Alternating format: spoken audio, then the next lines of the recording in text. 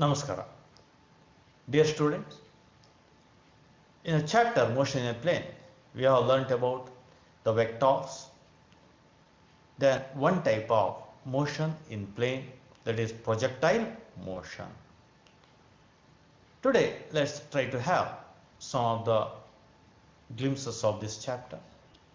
ಯಾವ ಫಾರ್ಮುಲಾಗಳನ್ನು ಅಭ್ಯಾಸ ಮಾಡಿದ್ದೀವಿ ನೆನಪು ಮಾಡ್ಕೊಳ್ಳೋಣ. And let's try to have some problems on vectors. Let's try to recall what we have studied in this chapter. We have studied the very important resultant of two vectors acting at an angle theta. ಎರಡು ವೆಕ್ಟಾರ್ಗಳು theta ಅಷ್ಟು ಕೋನದಲ್ಲಿ act ಮಾಡಿದಾಗ ಅವುಗಳ resultant vector ಆರಿನ magnitude ಮತ್ತೆ direction ಏನಿರುತ್ತೆ. ಏನು what is the magnitude and direction? ಈ ಒಂದು ವೆಕ್ಟಾರ್ ಆರಿನ ಉದ್ದ ಮತ್ತು ಅದರ ದಿಕ್ಕನ್ನ ಕೊಡುವಂತಹ formula magnitude of the resultant of two vectors is given by very important relation r is equal to square root of p square plus q square plus 2pq cos theta, and the direction of the resultant of two vectors with the first vector ಮೊದಲನೇ vector ಇಂದ resultant in a direction alpha can be given by tan inverse of q sin theta divided by p plus q cos theta. q sin theta divided by p plus q cos theta, very important relations ಎರಡು. Then we have discussed the rectangular components of a vector. ಒಂದು vector ಅನ್ನ ಎರಡು ಪರಸ್ಪರ ಲಂಬವಾಗಿರುವಂತಹ ವೆಕ್ಟಾರ್ಗಳಾಗಿ ರೂಪಾಂತರ ಮಾಡಿದಾಗ ಅವುಗಳನ್ನು ಬರೆಯುವಂತ ಕ್ರಮವನ್ನು ನೋಡಿದ್ವಿ. If a vector A which is making an angle theta with the x axis, then its x component ax can be given as ax is equal to a cos theta, and the y component ay is given by ay is equal to a sin theta. Resolution of vectors ನಾವು ಓದಿದ್ದೀವಿ. Then by using the rectangular component, the vector can be written as a is equal to ax I cap, ಅಂದರೆ ax x axis ಅಲ್ಲಿದೆ, and ay j cap, ay is in along y axis, I cap ಮತ್ತೆ j cap unit vectors along x axis and y axis respectively. They are defining the direction of ax and ay. Then the magnitude of vector A can be given by square root of ax square plus ay square. ಅಭ್ಯಾಸ ಮಾಡಿದ್ದೀವಿ. And the direction of the vector A can be represented with the help of the components. That direction theta is equal to tan inverse ay by ax. Then the position vector ಅನ್ನು ಅಭ್ಯಾಸ ಮಾಡಿದ್ದೀವಿ. ಒಂದು point ಇದೆ ಒಂದು plane ಅಲ್ಲಿ xy ಅಂತ. ಈ point P ಎಲ್ಲಿದೆ ಪ್ಲೇನ್ ಅಲ್ಲಿ ಅನ್ನೋದನ್ನ ಒಂದು ವೆಕ್ಟಾರಿನ ಮೂಲಕ ರೆಪ್ರೆಸೆಂಟ್ ಮಾಡಬಹುದು. That vector is called as position vector. Then that position vector r can be written in terms of Cartesian coordinates. On x axis x ಅಷ್ಟು ದೂರದಲ್ಲಿದೆ, on y axis ಆ point y ಅಷ್ಟು ದೂರದಲ್ಲಿದೆ. ಅವುಗಳನ್ನು ಬಳಸಿಕೊಂಡು we can write the position vector r as x I cap plus y j cap. This is very important. Using this relation we can calculate the distance of the point P from the origin, that is nothing but the magnitude of the position vector. The magnitude of position vector is r is equal to square root of x square plus y square, and the direction of the position vector alpha is given by alpha is equal to tan inverse y by x.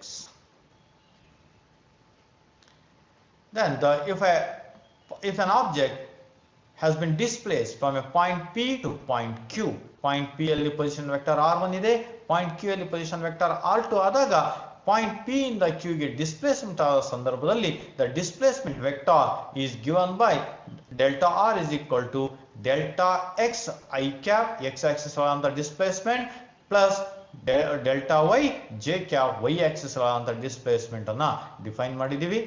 In motion in plane, we will observe the simultaneous two motion in two perpendicular axes ಅಂತ ಓದಿದ್ದೀವಿ. x axis ಅಲ್ಲಿ I cap ಅಷ್ಟು displacement ಆಗಿದೆ, delta x I cap ಅಷ್ಟು displacement ಆಗಿದೆ, y axis ಅಲ್ಲಿ delta y j cap ಅಷ್ಟು displacement ಆಗಿದೆ. Then the displacement vector is given by delta x I cap plus delta y j cap. Then what is the magnitude of displacement? ಈ delta ಆರಿನ magnitude ಅಥವಾ ದೂರ ಎಷ್ಟಿದೆ, ಉದ್ದ ಎಷ್ಟಿದೆ, pq ನ ಉದ್ದ ಎಷ್ಟಿದೆ, magnitude of the displacement is given by square root of delta x square plus delta y square, and the direction of the displacement is given by alpha is equal to tan inverse of y component by x component delta y by delta x. Displacement ಆಗಿದೆ. Then the displacement in unit time is nothing but velocity. then the velocity of an object v is given by its components x and y components vx I cap plus vy j cap. Then what is the magnitude of the what is the x component of the velocity? Vx is equal to v cos theta and y component is vy is equal to v sin theta. Then what is the magnitude of the velocity? Square root of vx square x component plus vy square y component x component square plus y component square na square root ತಗೊಂಡಿದ್ದೀವಿ. The magnitude of the velocity v is equal to square root of vx square plus vy square, and the direction of the velocity with the x axis is given by theta is equal to tan inverse y component by x component vy by vx. If the velocity is changing with respect to time, then the acceleration of the object in a plane is given by a is equal to ax I cap plus ay j cap, where ax and ay are the x and y component of the acceleration, and the x component of the acceleration ax is equal to a cos theta, and the y component of acceleration ay is equal to a sin theta. Then what is the magnitude of acceleration? The magnitude of acceleration is given by a is equal to square root of ax square plus ay square, and the direction of the acceleration theta is equal to tan inverse y component by x component ay by ax. This is the direction of the acceleration with x axis. Then we have studied with the projectile motion. Then the trajectory of the projectile na pathavanna ಯಾವ ರೀತಿ ಬರಿತೀವಿ? Y is equal to tan theta into x minus g by 2 v naught square cos square theta into x square.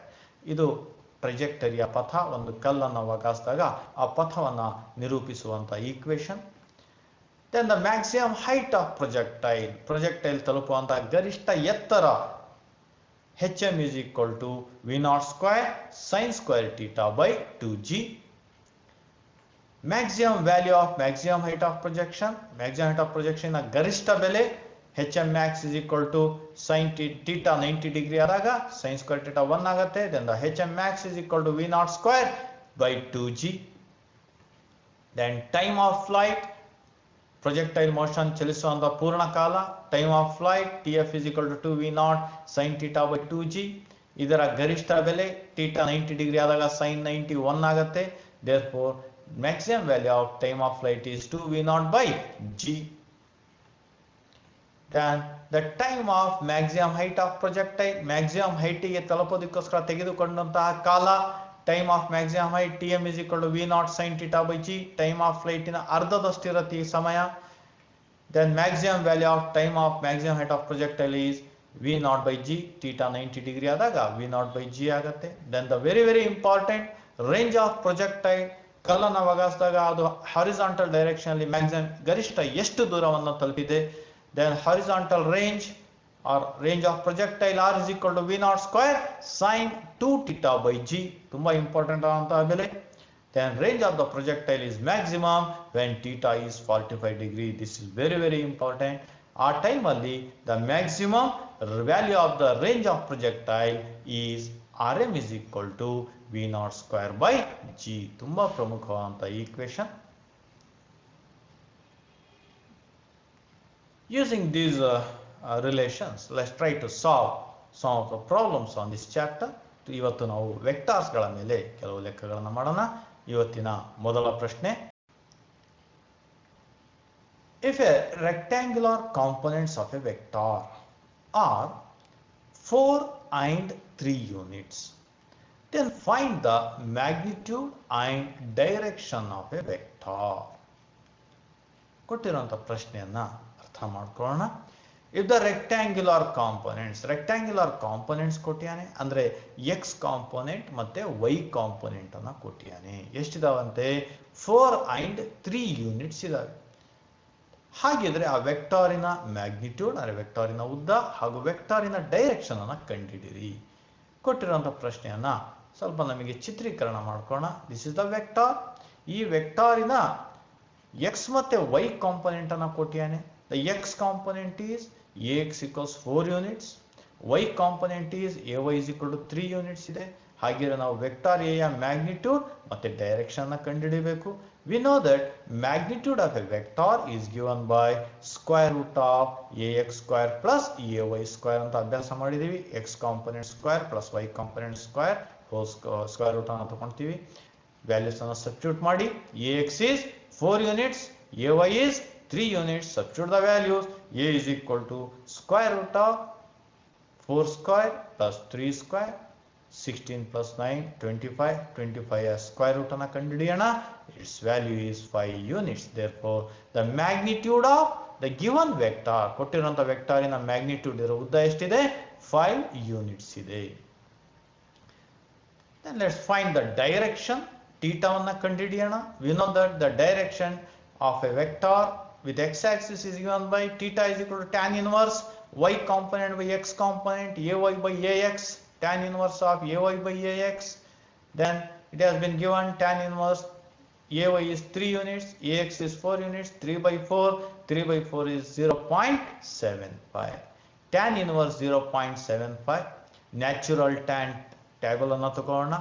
ಆ natural ಟ್ಯಾನಿನ table ಅಲ್ಲಿ 0.75 ಎಲ್ಲಿದೆ ಅಂತ ಹುಡುಕಿ ರೋನಲ್ಲಿ ಡಿಗ್ರಿಯನ್ನ, column ಅಲ್ಲಿ minutes ಅನ್ನ ಐಡೆಂಟಿಫೈ ಮಾಡೋಣ. Using the natural tangent table we will get that theta is 36 degree 52 minutes. This is the direction of the vector A. Let's have one more problem.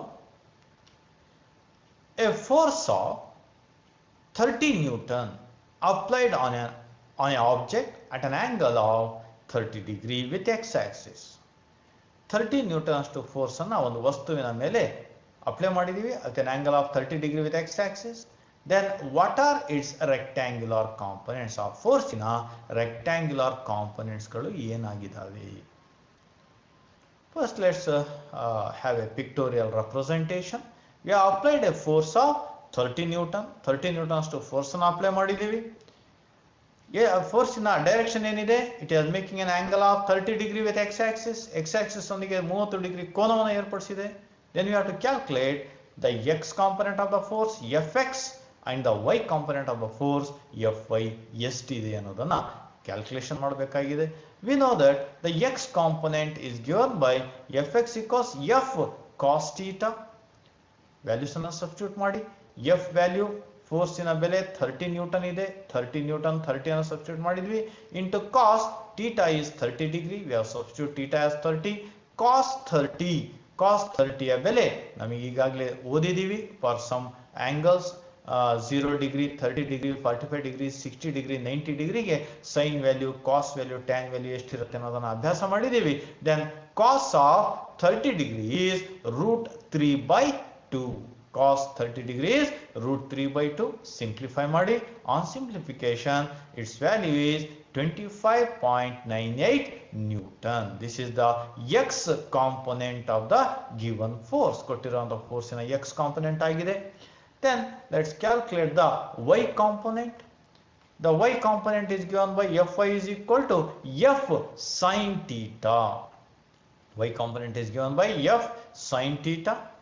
Substitute the value. F is 30, force is 30 Newton, theta is 30 degree. Substitute ಮಾಡಿದೀವಿ. Sin 30 is 1/2. On simplification, the y component of force is 15 Newton. ಈ ಒಂದು ವಿಧಾನ ನಮಗೆ ಬಹಳಷ್ಟು ಕಡೆ use ಆಗುತ್ತೆ. x component ಮತ್ತೆ y component ಅನ್ನು ಕಂಡುಹಿಡಿಯುವಂತ ವಿಧಾನ. ಮುಂದಿನ ಲೆಕ್ಕವನ್ನು ನೋಡೋಣ. Rain is falling vertically with a speed of 30 meters per second. A woman rides bicycle with a speed of 10 meters per second in the north-south direction. What is the direction in which she should hold the umbrella? ಕೊಟ್ಟಿರುವಂತಹ ಪ್ರಶ್ನೆಯನ್ನು ಅರ್ಥ ಮಾಡ್ಕೊಳ್ಳೋಣ. Rain is falling vertically. ಮಳೆ ಲಂಬವಾಗಿ ನೇರವಾಗಿ ಬೀಳ್ತಾ ಇದೆ. ಮಳೆ ನೇರವಾಗಿ ಬೀಳ್ತಾ ಇದೆ. ಇದರ ವೆಲಾಸಿಟಿ, ಮಳೆಯ ವೆಲಾಸಿಟಿ ಎಷ್ಟಿದೆ? Velocity of the rain is 30 metre per second. ಮಳೆಯ ವೇಗ 30 ಮೀಟರ್ ಪರ್ ಸೆಕೆಂಡ್ ಇದೆ. ಲಂಬವಾಗಿ ಭೂಮಿಯ ಕಡೆಗೆ ಬೀಳ್ತಾ ಇದೆ. ಈ ಸಂದರ್ಭದಲ್ಲಿ ಎ ವುಮೆನ್ ರೈಡ್ಸ್ ಬೈಸೈಕಲ್, ಒಂದು ಮಹಿಳೆ ಒಂದು ಸೈಕಲ್ ಅನ್ನು ಓಡಿಸ್ತಾರೆ with a speed of 10 metre per second. ಯಾವ ದಿಕ್ಕಲ್ಲಿ? ಫ್ರಮ್ ನಾರ್ತ್ ಟು ಸೌತ್, ಉತ್ತರದಿಂದ ದಕ್ಷಿಣದ ಕಡೆಗೆ ಒಂದು ಸೈಕಲ್ ಅಲ್ಲಿ ಚಲಿಸ್ತಾ ಇದ್ದಾರೆ. ಆ ಸೈಕಲಿನ ವೇಗ 10 ಮೀಟರ್ ಪರ್ ಸೆಕೆಂಡ್ ಆಗಿದೆ. They are moving from north to south with a velocity of 10 metre per second. Then what is the direction in which she should hold the umbrella? ಆ ಸಮಯದಲ್ಲಿ ಆ ಅಂಬ್ರೆಲಾ ಅನ್ನೋ ಛತ್ರಿಯನ್ನ ಯಾವ ಕೋನದಲ್ಲಿ ಹಿಡಿದ್ರೆ ಅವರಿಗೆ ಮಳೆ ಬೀಳೋದಿಲ್ಲ. ಈ ಒಂದು ಅನುಭವ ನಮ್ಮ ನಿತ್ಯ ಜೀವನದಲ್ಲಾಗತ್ತೆ. ಮಳೆ ಬೀಳುವಾಗ ನಾವು ಸೈಕಲ್ ಅನ್ನು ಹಿಡಿದಾಗ ಅಥವಾ ಚಲಿಸ್ತಾ ಇದ್ರೆ ಛತ್ರಿಯನ್ನ ಸ್ವಲ್ಪ ಮುಂಭಾಗಕ್ಕೆ ಬಾಗಿಸ್ತೀವಿ. ನಾವು ಮಳೆಯಿಂದ ರಕ್ಷಣೆ ಪಡೆಯೋದಕ್ಕೋಸ್ಕರ. It is because of the resultant of 2 vector. ಮಳೆಯ ವೇಗ ಹಾಗೂ ನಮ್ಮ ಚಲನೆಯ ವೇಗ ಆಧಾರದ ಮೇಲೆ ಛತ್ರಿಯನ್ನು ಸ್ವಲ್ಪ ಮುಂದಕ್ಕೆ ಬಾಗಿಸ್ತೀವಿ. ಬಹುಶಃ ಮಳೆಯ ಸಂದರ್ಭದಲ್ಲಿ ಸೈಕಲ್ ಅಥವಾ ಸ್ಕೂಟರ್ಗಳನ್ನು ಹೊಡೆದಂಥ ವಿದ್ಯಾರ್ಥಿಗಳು ನೋಡಿದಂಥ ಸಂದರ್ಭಗಳಿದ್ರೆ ಆ ಅನುಭವ ನೀವು ನೆನಪು ಮಾಡ್ಕೊಳ್ಳಿ. Therefore we have to bend the umbrella at a particular angle. ಈ ಆಂಗಲ್ ಆಲ್ಫಾವನ್ನ ನಾವು ಕಂಡುಹಿಡಿಬೇಕಾಗಿದೆ. This is the direction of the resultant. Alpha is the direction of the resultant. ಯಾವ resultant? ವೆಲಾಸಿಟಿ ಆಫ್ ರೈನ್ ಮತ್ತೆ ವೆಲಾಸಿಟಿ ಆಫ್ ದ ಟುಮೆನ್. ಆ ಎರಡು ವೆಲಾಸಿಟಿಗಳ ರಿಸಲ್ಟೆಂಟಿನ direction ಇಲ್ಲಿ alpha ಆಗಿದೆ. ಆಲ್ಫಾವನ್ನು ಕಂಡುಹಿಡಿಬೇಕಿದ್ರೆ ಈ ಎರಡು ವೆಕ್ಟಾರ್ಗಳು ಒಂದೇ ಕಾಮನ್ ಇನಿಷಿಯಲ್ ಪಾಯಿಂಟ್ ಇಂದ ಹೊರಡಬೇಕು. ನಾವು ಲಾ ಆಫ್ ಪ್ಯಾರಲೋಗ್ರಾಮ್ ಅನ್ನು ಒಂಚೂರು ನೆನಪು ಮಾಡ್ಕೊಳ್ಳಿ. The two vectors should have the common initial point. ಆ ಕಾಮನ್ ಇನಿಷಿಯಲ್ ಪಾಯಿಂಟ್ ಅನ್ನು ಮಾಡೋದಕ್ಕೆ ವೆಲಾಸಿಟಿ ಆಫ್ ರೈನ್ ಮತ್ತೆ ವೆಲಾಸಿಟಿ ಆಫ್ ದ ವುಮೆನ್ ಎರಡು ವೆಕ್ಟಾರ್ಗಳು ಒಂದೇ ಇನಿಷಿಯಲ್ ಪಾಯಿಂಟ್ ಅನ್ನು ಹೊಂದಬೇಕು. ಇಲ್ಲಿ ನಾವು ನೋಡಬಹುದು ಚಿತ್ರದಲ್ಲಿ ವಿ ಡಬ್ಲ್ಯೂ ಮತ್ತೆ ವಿ ಆರ್ ಇನ ಇನಿಷಿಯಲ್ ಪಾಯಿಂಟ್ಗಳು ಬೇರೆ ಬೇರೆ ಇದೆ. ವೆಲಾಸಿಟಿ ಆಫ್ ದ ವುಮೆನ್ ನಾನು ಆರಿಜಿನಲ್ ಇಟ್ಕೊಂಡಿದ್ದೀನಿ, ವೆಲಾಸಿಟಿ ಆಫ್ ದ ರೈನ್ ಇಲ್ಲೆಲ್ಲೋ ಇದೆ ಇನಿಷಿಯಲ್ ಪಾಯಿಂಟ್. ಈ ಎರಡು ಇನಿಷಿಯಲ್ ಪಾಯಿಂಟ್ಗಳು ಒಂದೇ ಕಡೆ ಬರುವ ಹಾಗೆ ನಾವು ರಿಅರೇಂಜ್ ಮಾಡ್ಕೋಬೇಕು. What I will do, velocity of rain ಅನ್ನ ನಾನು ಆರಿಜಿನ್ ಇಂದ ಸ್ಟಾರ್ಟ್ ಮಾಡ್ತೀನಿ. ವೆಲಾಸಿಟಿ ಆಫ್ ವುಮೆನ್ ಅನ್ನ ನಾನು ನೆಗೆಟಿವ್ ವೆಕ್ಟಾರ್ ಆಗಿ ಆಪೋಸಿಟ್ ಡೈರೆಕ್ಷನ್ ಅಲ್ಲಿ ತಗೊಳ್ತೀನಿ. Now we can observe that ಎರಡು ವೆಕ್ಟಾರ್ಗಳು ಕೋ ಇನಿಷಿಯಲ್ ಆಗಿದೆ. ಹಾಗೆ ಇವುಗಳ ರಿಸಲ್ಟೆಂಟ್ ಏನಾಯ್ತು? ವಿ ಕ್ಯಾನ್ ಅಬ್ಸರ್ವ್ ಛತ್ರಿ ಏನು ಹಿಡಿದಿದೀವೋ ಅದೇ ಆಂಗಲ್ ಅಲ್ಲಿ ಅದರ ರಿಸಲ್ಟೆಂಟ್ ಅನ್ನ ನಾವು ರೈನ್ ಡೈರೆಕ್ಷನ್ ಇಂದ ತಗೋಬಹುದು. ಮಳೆಯ ದಿಕ್ಕಿನ ಲಂಬವಾಗಿ ಏನಿದೆಯೋ ಅದನ್ನ ಎಷ್ಟು ಭಾಗಿಸಕ್ಕೆ ಸಾಧ್ಯ ಆಗುತ್ತೋ ಆ ಕೋನವನ್ನ ನಾವು ಪಡ್ಕೋಬಹುದು. Let's try to calculate the direction at which the umbrella has been bent from the Rhine or towards the north. The direction of the resultant of two vectors with the first vector. ಮೊದಲನೇ vector ಇಂದ resultant ನ direction ಆಲ್ಫಾವನ್ನು ಕಂಡುಹಿಡಿಯೋಣ. We know that alpha is equal to tan inverse q sin theta by p plus q cos theta. ಈ ಫಾರ್ಮುಲಾವನ್ನು ಅಭ್ಯಾಸ ಮಾಡಿದೀವಿ. p ಅಂದ್ರೆ ಮೊದಲನೇ vector, q ಅಂದ್ರೆ ಎರಡನೇ ವೆಕ್ಟಾರ್. ಹಾಗೆಯೇ ಈ ಒಂದು ಕೊಟ್ಟಿರುವಂತ ಸಂದರ್ಭಕ್ಕೆ ತಕ್ಕಂಗೆ ಈ ಫಾರ್ಮುಲಾವನ್ನ ರೂಪಾಂತರ ಮಾಡೋಣ. P ಅಂದ್ರೆ ವೆಲಾಸಿಟಿ ಆಫ್ ರೈನ್, Q ಅಂದ್ರೆ velocity of women. Let's try to transpose it. The direction of the umbrella towards the north towards the south ಕಡೆಗೆ ನಾವು ಬೆಂಡ್ ಮಾಡಿದೀವಿ. Alpha is equal to tan inverse V W second vector, V W into sine theta. Theta value ಏನಾಗಿದೆ? V R ಮತ್ತೆ V W ಎರಡು ವೆಕ್ಟಾರ್ಗಳು ಪರಸ್ಪರ ಲಂಬವಾಗಿದೆ. ಪರಸ್ಪರ ಲಂಬ ಆಗಿರೋದ್ರಿಂದ theta is 90 degree. V R ಮತ್ತೆ ವಿ ಡಬ್ಲ್ಯೂ ಪರಸ್ಪರ ಲಂಬವಾಗಿದೆ, ಥೀಟಾ 90 ಡಿಗ್ರಿ ಆಯಿತು. Then V R is the first vector plus V W cos theta.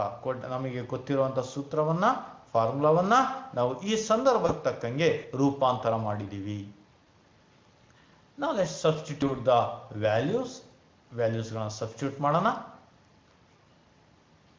V ಡಬ್ಲ್ಯೂ ಆಪೋಸಿಟ್ ಡೈರೆಕ್ಷನ್ ಮಾತ್ರ ಚೇಂಜ್ ಆಗಿದೆ. ಈ ಮೈನಸ್ ಬಂದಿರೋದು ಕೇವಲ ಡೈರೆಕ್ಷನಿಗೋಸ್ಕರ. ಅದರ ಮ್ಯಾಗ್ನಿಟ್ಯೂಡ್ ಅಲ್ಲಿ ಯಾವುದೇ ಬದಲಾವಣೆ ಇಲ್ಲ. Magnitude is 10 metre per second, direction is negative. ಹಾಗಾಗಿ ವಿ ಡಬ್ಲ್ಯೂ ನ ಮ್ಯಾಗ್ನಿಟ್ಯೂಡ್ ಹಾಕ್ತಾ ಇದೀವಿ. Magnitude is 10 metre, 10 metre per second. Sine of theta angle between rain and the velocity of the woman, it is 90 degree. theta 90 substitute ಮಾಡಿದೀವಿ. velocity of the rain 30 plus 10 cos 90. sin 90 is 1. Values ಅನ್ನು ನಾವು ಅಭ್ಯಾಸ ಮಾಡಿದೀವಿ. sin of 90 degree is 1. cos of 90 degree is 0. Substitute ಮಾಡಿದಾಗ sin 90 1 ಆಯಿತು, cos 90 0, 0 into 10 0 ಆಗುತ್ತೆ, 0 into 10 0 ಆಯಿತು, 10 ones are 10, therefore alpha equals tan inverse 10 divided by 30. 10 divided by 30 means it is 0.3333 ಆಗುತ್ತೆ. Natural ಟ್ಯಾಂಜೆಂಟಿನ tabular column ಅನ್ನು ತಗೊಂಡು ಅದರಲ್ಲಿ 0.333 ಎಲ್ಲಿ ಬರುತ್ತೆ ಅಂತ ಹುಡುಕಿ ಡಿಗ್ರಿ ರೋನಲ್ಲಿ ಡಿಗ್ರಿ ಮತ್ತೆ ಕಾಲಮ್ ಅಲ್ಲಿ ಮಿನಿಟ್ಸ್ ಅನ್ನ ಐಡೆಂಟಿಫೈ ಮಾಡಿ, then the value of alpha is 18 degree 26 minutes. Therefore the woman has to bend the umbrella at an angle of 18 degree 26 minutes towards the south ದಿಕ್ಕಿನ ಕಡೆಗೆ ನಾವು 18 ಡಿಗ್ರಿ 26 ನಿಮಿಷ bend ಮಾಡಿದಾಗ the woman will be protected by the rain using the umbrella. The woman should hold her umbrella at an angle of 18 degree 26 minutes towards the south. Dear students, we have discussed 3 problems on vectors. In the next session, we will continue with some more problems on this chapter. Namaskara.